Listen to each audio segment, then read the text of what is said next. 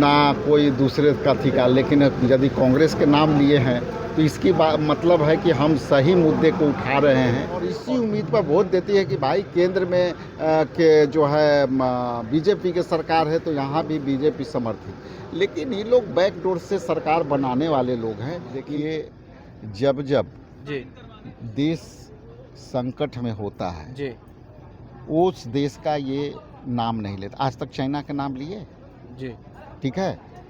जो सेना हम्म, हमारे वीर पुरुष शहीद हुए उनको श्रद्धांजलि देना सरकार का काम है, जी सरकार को देना चाहिए। उसी के बदौलत हमारी और आपकी जो है लोकतंत्र जिंदा भी है, हम उसको हमारी सीमा भी जिंदा है।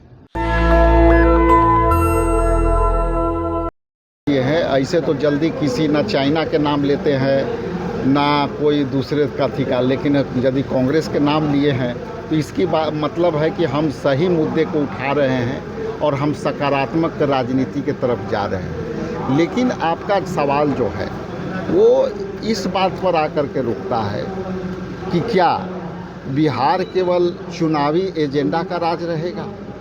यदि हम नौकरी का बात करते हैं, पलायन की बात करते हैं तो उस पर ठोस कदम क्यों नहीं उठता है। क्योंकि यदि आप जो ही कहते हैं कि डबल इंजन की सरकार है तो डबल इंजन की सरकार डबल ताकत से चले ऐसा जनता उम्मीद करती है और इसी उम्मीद पर वोट देती है कि भाई केंद्र में के जो है बीजेपी की सरकार है तो यहाँ भी बीजेपी समर्थित। लेकिन ये लोग बैकडोर से सरकार बनाने वाले लोग हैं, इनकी एजेंडा नहीं है। एजेंडा इस बार ये तय है कि नीतीश कुमार जी को मुख्यमंत्री नहीं बनने देना। मोदी जी ने कहा कि आप लोग बाबा साहब का अपमान करते हैं, बाबा साहब से आप लोग बड़ा बनना चाह रहे हैं, कांग्रेस पैरों पे रखते हैं बाबा साहब को, ऐसा मोदी ने कहा। देखिए, ये विषय भावना से जुड़ा हुआ है। यदि भावना आपके साथ सकारात्मक है तो आप लोकसभा में गृह मंत्री ने जो वक्तव्य दिया पहले उस पर सफाई दे देनी चाहिए। और यदि वो सफाई नहीं देते हैं तो इस तरह के भावना भड़काने से सब जनता समझती है। बहुत बिहार सरकार के सर एक सवाल ठीक है।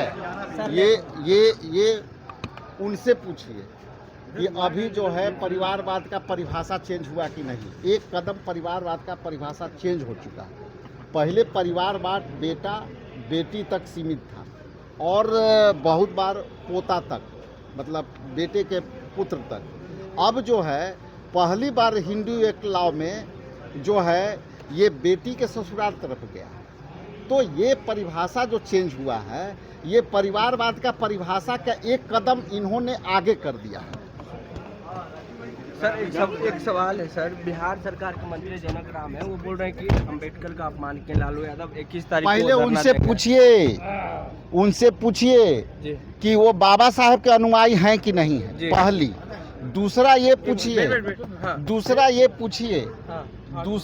पूछिए कि गृह मंत्री जब सार्वजनिक तौर से और लोकसभा में और जो वक्तव्य दिया उस पर वक्तव्य दीजिए जी, और उस पर कहिए कि वो बाबा साहब के अपमान हुआ था कि मान मिला था।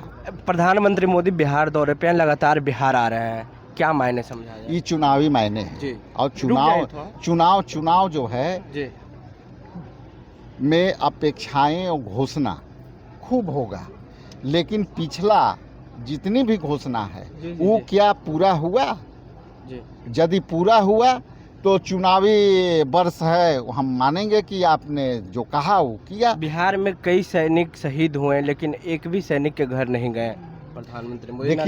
देखिए, जब जी देश संकट में होता है जी, उस देश का ये नाम नहीं लेता। आज तक चाइना के नाम लिए जी, ठीक है।